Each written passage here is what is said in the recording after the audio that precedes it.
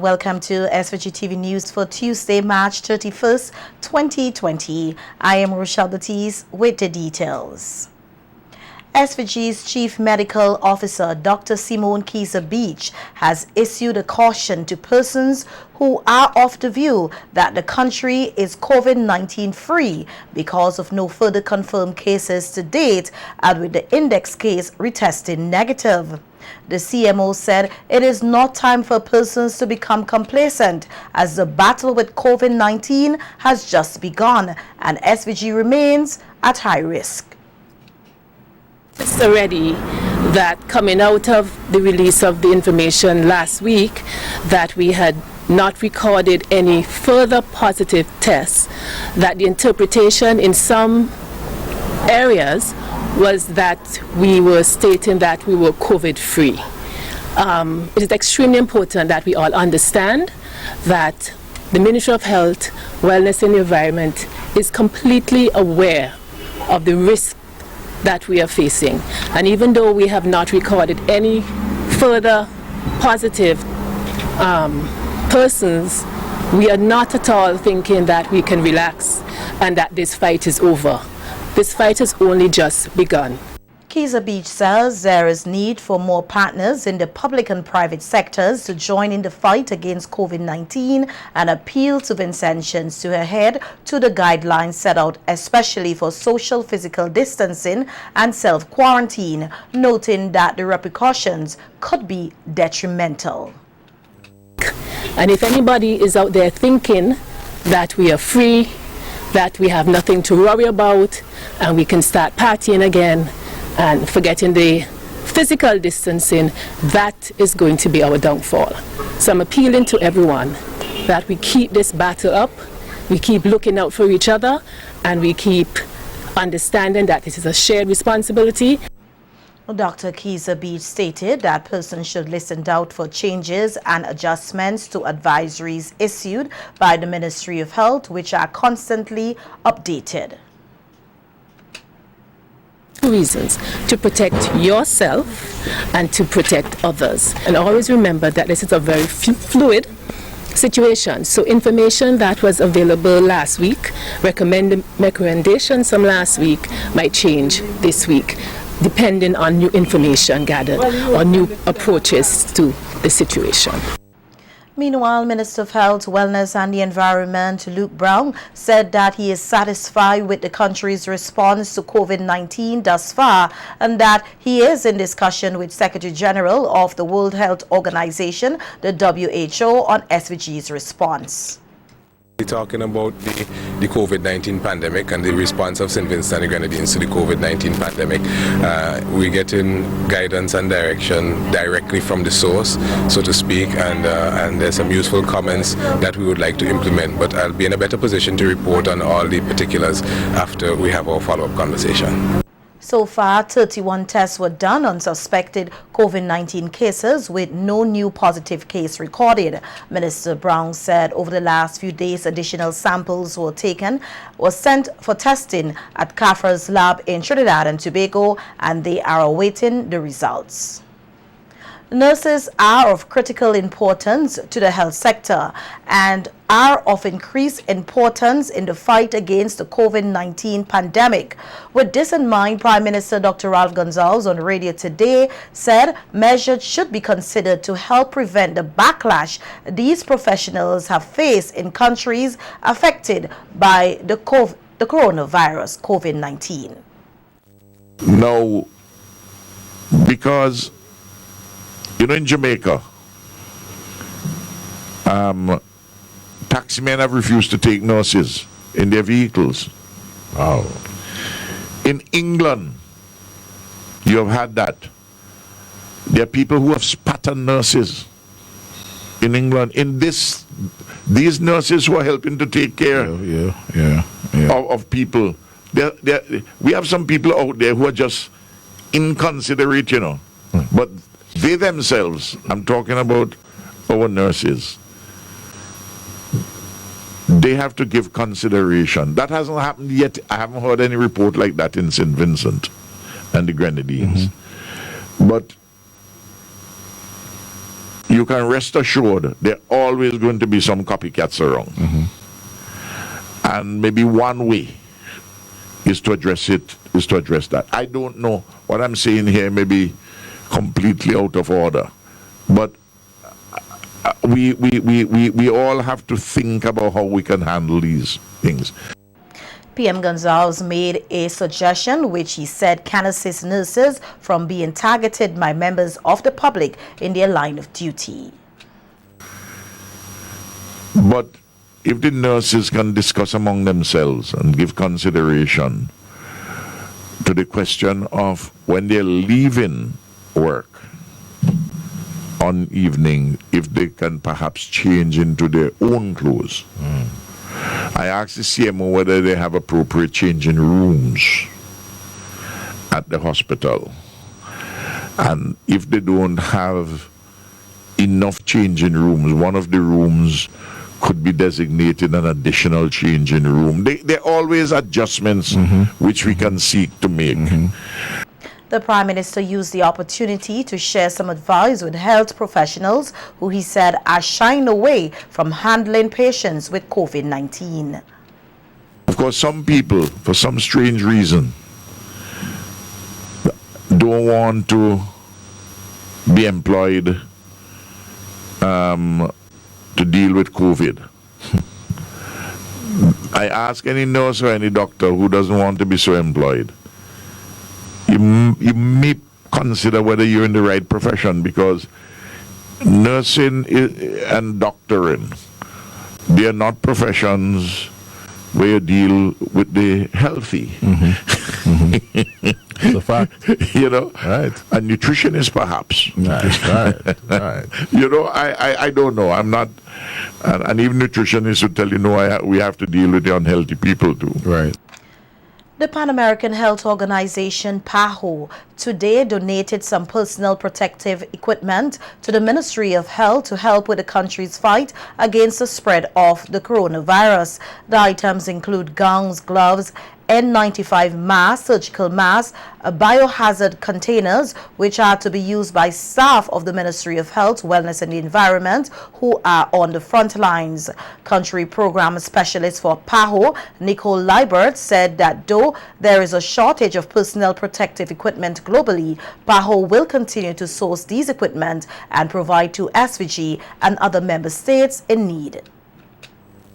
In addition to the equipment that we provide, we also provide guidelines on how to use the equipment and also various training in how to use personal protective equipment. Some of us take it for granted that it's so easy to put on gloves and a mask, but there's actually a technical process to it, and we do provide that support. So these are our supplies that have come into country thus far, but I do want to also reassure you that we are also looking to provide other supplies in the form of laboratory support. We've been speaking to the ministry. The ministry has been looking towards moving towards testing locally, and we have been providing technical support, and will also provide support in the form of reagents and other materials that are needed to perform COVID testing in country.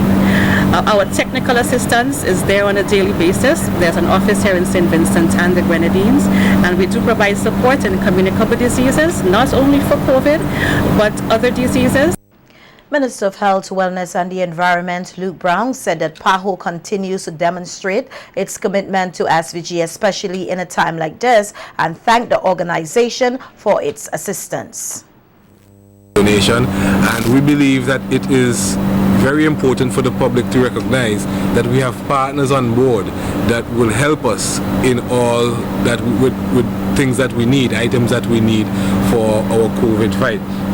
Some of these items that we're receiving from PAHO here today have been specified. We have, for instance, N95 gloves, N95 masks, sorry. We have gloves, we have surgical face masks, we have safety glasses, we have biosafety bags, the whole works. They are all on display here at the table.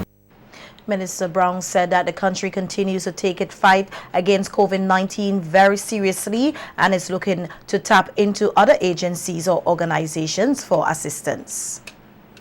We would go from here to a point where we receive assistance with testing kits, which are required for when we get to the point where we're going to be providing or doing tests in country. I think initially they're going to give us up to 400 or so testing kits, and that will really go a long way towards us doing one of the fundamental roles in this whole thing, which is making sure that as many people are tested as possible. And over 15,000 EC dollars worth of equipment has been donated to the Ministry of Health by Courts SVG to help furnish the staff quarters at the isolation center at Argyle. Some of the items include refrigerators, washing machines, kitchen utensils, mattresses, beds, and a dining room set. Epidemiologist Charmin Bailey Rogers said that the donation is timely as they prepare the living quarters for staff nurses who will be stationed at the isolation center. As of now, we have 3 teams organized. So each week a team will rotate at the facility. Now when this team is on working at the facility during that week, this is what we are hoping that they would be able to use in the staff quarters. So we are hoping to accommodate them in the staff quarters. So we are using all of these donations, the chair sets, everything that is there, and where they can rest and have their meals and relax. Each team is comprised of 21 persons. So every week for the 3 weeks, 21 persons will be rotating at the facility. Chief Medical Officer Dr. Simone Keyser Beach said there is still need for more items to outfit the center, and the SVG's COVID-19 task force has a list of items which are needed. Need more beds, more mattresses. So remember, these are persons are going to be there, and they need to be comfortable. They need to be able to rest, to be rejuvenated to work on the next day. So we're looking it's furnishing beds, mattresses, small household items, appliances that we can use. That's that sort of stuff. But if you contact us, we would be able to say specifically what we need more of in any particular area. Country Manager of Courts SVG, Michelle Samuel, said they take their corporate social responsibility seriously and hope that more entities will follow suit to assist the ministry in the fight against COVID-19. To provide some comfort to the staff that will be taking care of any of our patients. We want to again appeal to the public not to relax. We each have to play our part. It is a shared responsibility between our organizations, the health professionals, and us as individuals. Omnibus operators throughout the country will be benefiting from an economic support package provided by the government as part of the response to the impact on their service due to COVID-19. A release issued by the Vincentian Transport Association, VinSTAS, which is representing the omnibus operators, said as a body they are prepared to play a role in protecting the health of the public and will give the government their full cooperation at this time. In this regard, the association is urging all omnibus operators to adhere to the guidelines of reducing the number of passengers from 18 to 12 or 3 passengers per row. Speaking on the issue on the radio today, Prime Minister Dr. Ralph Gonsalves said so far a number of omnibus operators have been cooperating with the authorities. Police go on the road. Some people got more than 18 in the minibus. They say, guys, you're supposed to have legally only 18. But more than that, look, at this time of COVID, let's begin that you agree. And the passengers, you all should agree. More than 3 no more than 3 in a row. So that's 12 and 1 in front. So there are 4 rows.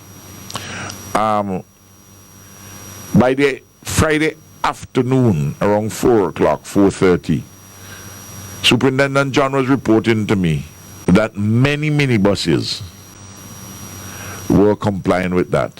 And passengers were saying that He told me that the most difficulties he had was with the minibuses from the extremities in the northeast and northwest. A fellow from Georgetown saying, oh boy, it's difficult for me to make it all the way up from there with 13 passengers. But I point out to them, I said, listen, transport is an affected area recognized by the banks. So you're going to have don't say that there's no consideration for you. It's not true. The economic support package, which include a reduction of gas price from $12.97 per gallon to $11.97 per gallon, with diesel reduced from $11.79 per gallon to $10.79 per gallon, took effect on March 23rd. Gas and diesel prices are expected to be further reduced within the next 3 weeks. PM Gonzalez said a reduction of gas and diesel is significant and that the operators will also benefit from a stipend between $250 and $300. He said the operators can also benefit from loan repayment moratorium at their various lending agencies. Don't say that there's no consideration for you. It's not true, because the arrangements are made where for 6 months, if you wish it, you could get relief from the payment of your principal and your interest on your bill of sale on your vehicle. I said the bank will refinance it. They'll add on 6 months to it, and they will do their thing. Right. Secondly, on the 23rd, I reduced the price of gas and diesel by $1. That's a big drop. If I drop it by a number similarly, by the 23rd of April, 24th, 25th of April, I would have dropped the diesel by nearly 20%, in a 1 month period. And so diesel is 90% of the minibuses. In relation to concessions for persons who are in the process of purchasing omnibuses, PM Gonzalez said such provisions are available for 26-seaters carrying school children. Well, there are concessions for minibuses who are going to transport school children. And we don't give the concessions to transport school children anymore for 18-seaters. Okay. Ideally, if you get a 26-seater, and you then have to get a route and so on. But if you, the regular minibus, there are no concessions on the duty. Because if you come in with an 18-seater and I give you concession on the duty, what about your competitors who didn't get the concession? There you go. So anything is either have to be specially targeted, like those who are taking school children, or like the usual things which you are doing now. In other news, all of the scheduled international flights into the Argyle International Airport, the AIA, have been cancelled. On Monday, March 30th, Caribbean Airlines announced a suspension of its service operating between New York and SVG with immediate effect in response to the COVID-19 pandemic. The release stated that information on the resumption of operations will be communicated as soon as the position changes. And American Airlines, which had earlier said that its last flight from the Miami International Airport into the Argyle International Airport would be Wednesday, April 1st, owing to the COVID-19 pandemic, said on Monday that it had cancelled that flight. June 4th has been tentatively given as the date for the resumption of flights. Earlier this month, Air Canada announced that the last flight to operate from SVG to Toronto would be on March 29th. The airline said that the route will be paused for the month of April and is planned to resume on May 4th, 2020. However, this is subject to change based on the development of the global situation. The AIA, however, remains open, with regional airline Liat having just one scheduled flight a day, down from 7 prior to the COVID-19 pandemic. The Guadeloupe home for girls was gutted by fire last night. As we hear in this report by Larissa Pugsley-Kidd, the occupants have since been relocated and the Ministry of National Mobilization and Gender Affairs has committed to help in whatever way it can to assist the Roman Catholic Church, which established the home to provide a safe haven for at-risk girls. The three-story building at Cane and Mariacoa was engulfed in flames last evening despite desperate attempts to save the home by spirited residents and 3 fire trucks. No one was injured. When we visited the site of the home today, we saw ashes, burnt stairway and pockets of smoke from within the empty structure. One person who attempted to put the fire out said it started from the 2nd floor of the building. I was being the assistant for out the first fire from downstairs. Well, the fire could have stopped from coming upstairs, but he stopped me so. Best try to save what I could save for them on the 2nd floor. Because if you go downstairs right now in the laundry, not washing machine, everything down the clean. Nothing now fire not go down the none at all. Administrator of the Guadeloupe home, Celine Dopwell, said they have since found temporary accommodation for the 14 girls who were occupants of the home managed by the Catholic Church. It is a part of the Sister of St. Joseph of Cluny. They are solely responsible with the Diocese of Kingston, so we made a decision to house them here for the time being. Dopwell said they are so far pleased with the support from concerned citizens, including the Ministry of National Mobilization and the Gender Affairs. Thank God for persons and help, and people have been mobilizing a lot of help. The ministers and so forth came about and they brought us some mattresses and so on to make sleeping more comfortable and all of that. So Minister of National Mobilization, Youth and Gender Affairs, Frederick Stevenson, visited the site of the burnt-out home today, and the girls are the temporary location. He said that his ministry has stepped in to provide much-needed support for the traumatized girls. The girls are in fairly good, in fairly good state. Some of them are still surprised and shocked. You know how these things are. But we had the ministry staff, the councillors were there with them all morning. Mother was here with the girls. She's still in a state of shock. She's still crying. Minister Stevenson said that they will make every effort to assist with rebuilding the home. But the government would, because the government did assist in the construction of this one. And when the time comes for the reconstruction of the facility here, the government, I know, would also be involved in the reconstruction of this facility. The Guadeloupe home was built in 2007 to provide a safe haven for at-risk girls. For SVG-TV News, Larissa Pugsley-Kidd. The SVG Human Rights Association today expressed solidarity with the Catholic Diocese of Kingston, the management, staff and the occupants of the Guadeloupe home for girls as they ponder on the destruction of the home by fire last night. The Human Rights Association says it will be partnering with Marian House, the Catholic agency that visits the girls each Wednesday to dialogue and hold therapeutic sessions, and any other government or NGOs to provide much needed support and services during this trying time.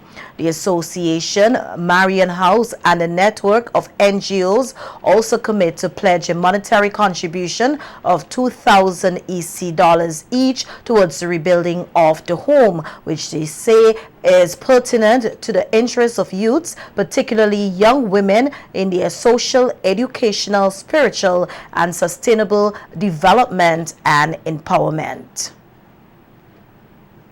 In some police news now, we hear that the police are investigating the circumstances surrounding a shooting incident in Fairburn Pasture on Sunday afternoon, which resulted in the death of 35-year-old Marlon Jan and left a 30-year-old laborer of the same address nursing a gunshot wound on the back of his left leg. The incident occurred around 3:15 p.m. on Sunday. The two were shot by unknown armed masked men and were rushed to the Milton Cato Memorial Hospital for medical attention. While John succumbed to his injuries, the other man remains hospitalized. The police are seeking information from the general public that will aid with the investigation, arrest, and prosecution of the offenders. Persons are asked to contact the Assistant Commissioner in charge of crime at telephone number 1784-45-61339 or the officer in charge of the Central Division at telephone number 1784-4587-1211 or the officer in charge of the South Central Division at 1784-4584-200 or any police station or officer that you are comfortable with. The police say all information will be treated confidentially. Meanwhile, the police have arrested and charged Anthony Primus, a 44-year-old mechanic of Belair, with the offense of wounding. The accused man allegedly unlawfully and maliciously wounded an 18-year-old resident of Ashburton by chopping him with a cutlass on his left hand and index finger. The incident occurred at Belair last Friday. In a separate incident, Dwayne Jacobs, a 29-year-old unemployed of Lumens Leeward, have been arrested and charged with the offenses of robbery and wounding. The accused man reportedly robbed a 33-year-old resident of Lago Heights of one cell phone, its casing, and $547 EC in cash. The accused was also charged with unlawfully and maliciously wounding the virtual complainant by boxing her on her face with his hands. The incident occurred at Bay Street, Kingston on March 22nd. Both Primus and Jacobs are expected to appear before the Serious Offences Court to answer their respective charges.